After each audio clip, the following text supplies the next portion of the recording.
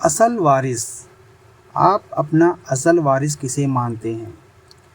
केशव जी का आज अंतिम संस्कार होने वाला था, क्योंकि मरे हुए कुछ ही समय हुआ था कि बेटों में जायदाद को लेकर कहासुनी शुरू हो गई थी। इतने में एक व्यक्ति वहां आकर बोला, मेरे पैसे दिए बिना केशव जी नहीं मर सकते। केशव ने मुझसे 2 लाख रुपए कर्ज लिए थे। मुझे मेरे पैसे चाहिए। मैं तब तक इस अर्थी को नहीं उठने दूंगा जब तक कि मुझे मेरे पैसे नहीं मिल जाते। अभी ये सब बातें हो ही रही थी कि तभी वहाँ एक और व्यक्ति अपना कर्जा लेने पहुँच जाता है।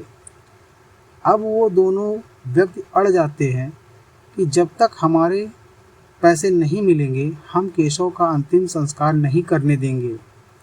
वहाँ इकट्ठे खड़े सभी मोहल्ले एवं रिश्तेदार तमाशा देख रहे थे। तब केशव के लड़कों ने बोला कि पिताजी ने हमें कभी किसी कर्जे के बारे में नहीं बताया, इसलिए हम कर्ज क्यों दें।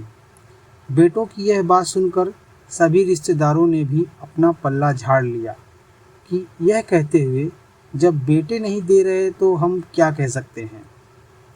देखते देखते बात बहुत बढ़ गई। बात मारपीट तक पहुंच गई।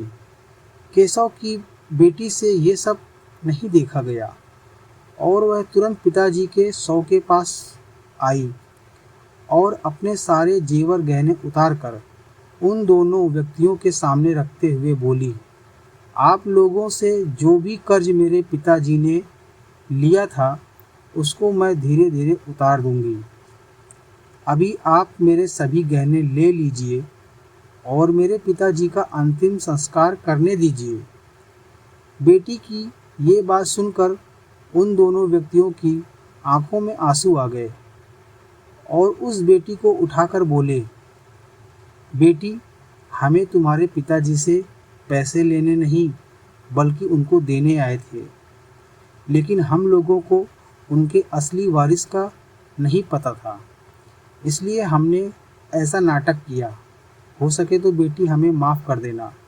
ऐसा बोलते हुए दोनों व्यक्तियों ने सारी रकम उस बेटी को देते हुए कहा, बेटी, तुम ही हो अपने पिताजी की असली वारिस।